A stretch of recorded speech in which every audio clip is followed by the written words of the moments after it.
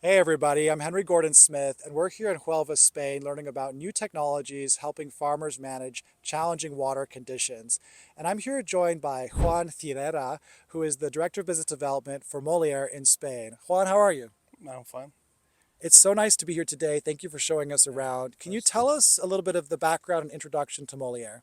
Well, Moleaer is an American company. We have two factories, one in the United States in Los Angeles, California, and the other one in Almeria. It was inaugurated in last October 22, 2023. And now we have around 100 installations in Spain, and we have been doing a lot of certifications during the last 2 years. So now we are real selling, but we keep doing tests. Of course, when you have an innovative technology like that, and you guys have installed in over 55 countries already, it's important to understand the applications for that. Can you maybe give us an introduction to the benefits of what Moleaer does? It's a nanobubble irrigation solution, right? Can you tell us what that means? Nanobubbles is a very new technology.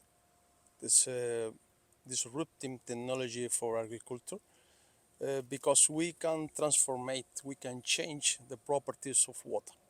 But with the difference of other technologies, we can change that properties and stabilize that changes in time. So what we basically do is to mix with very high efficiency the gas with the water. In agriculture, we usually use pure oxygen or air. It depends of the target of the crop.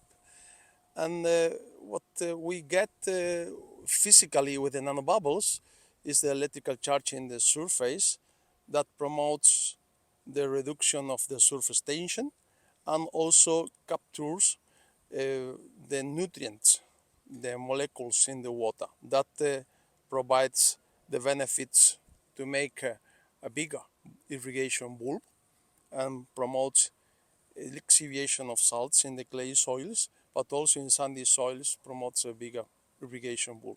That makes that the plants can absorb more water, more nutrients with more efficiency that at the end traduces in a bigger production of tons per hectare or kilograms per square meter. Thank you so much for that detailed explanation. Maximum saturation of the oxygenation in the water at a low energy efficient method. That's what Moliere is about. So can you tell us where we are now? We are here in a blueberry farm that you want to show us. Can you tell us about it? Well, this blueberry farm started the test during the last year in April. It's a 2 years test, so it's a very new plantation. And we have been following with the suction pumps, mainly the lixiviation of salts. And we can say that with the nanobubbles, the chlorine was lixiviated with nanobubbles, not in case of the control. But we have an accident at the beginning of July because in this farm there was a electrical cut and we got 3 days without irrigation. So when the owner got that he was able to see that there was a problem, electrical problem. He started to irrigate, but at the end, the plot, the control plot, we got a lot of dead plants, but not in the case of the nanobubbles plot. So we can say here that there are some factors of agronomics, but we can say that the nanobubbles here, we can see that the plants are more prepared for any type of stress because it has been a very big stress in summertime in July.